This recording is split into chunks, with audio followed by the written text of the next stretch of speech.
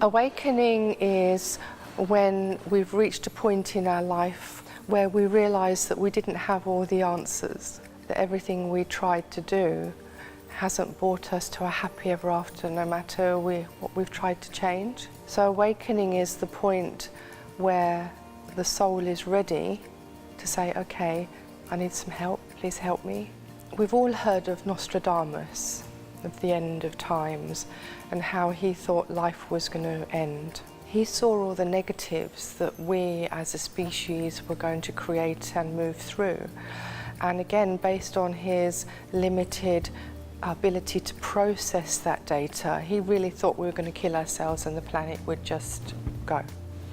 But here's the thing, not only have we moved beyond that, but we're still here. And we can liken that again to our millennium. When the millennium came along, we knew there was going to be a change, but we didn't know how, what. And people kind of felt disappointed at the turn of the millennium because they expected something incredible to happen. And they didn't feel it. But it did happen. It happened energetically. It was a shift. And it was the beginning of a clearing out period for all of us. But unless you were fully aware, you wouldn't have known. Babies are born blank, open channels because they have to learn what this life is about. They have to learn how to interact and exist within this time frame. Not only have we, our generation, gone beyond the end of times, but we are the bridge between the new coming in. We think that what we know and what we've experienced is real, but it's only half the picture, half the story. There comes a point that you have to grow beyond that. Our story isn't over till the book is closed. And that's the whole need for awakening. We are now entering a time where we're beginning to understand and overview our life in a way that we never knew existed.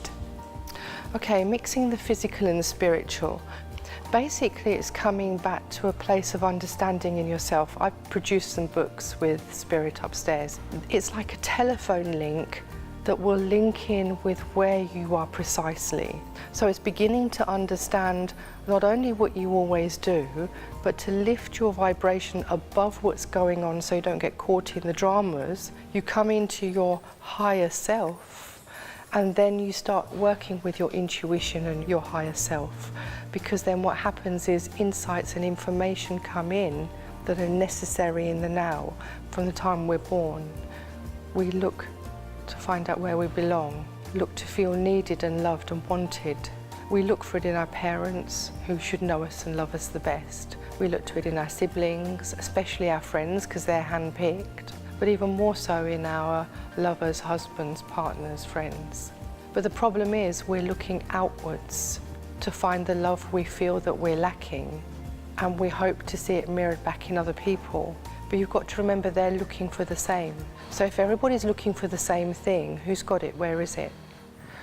You have to become the love.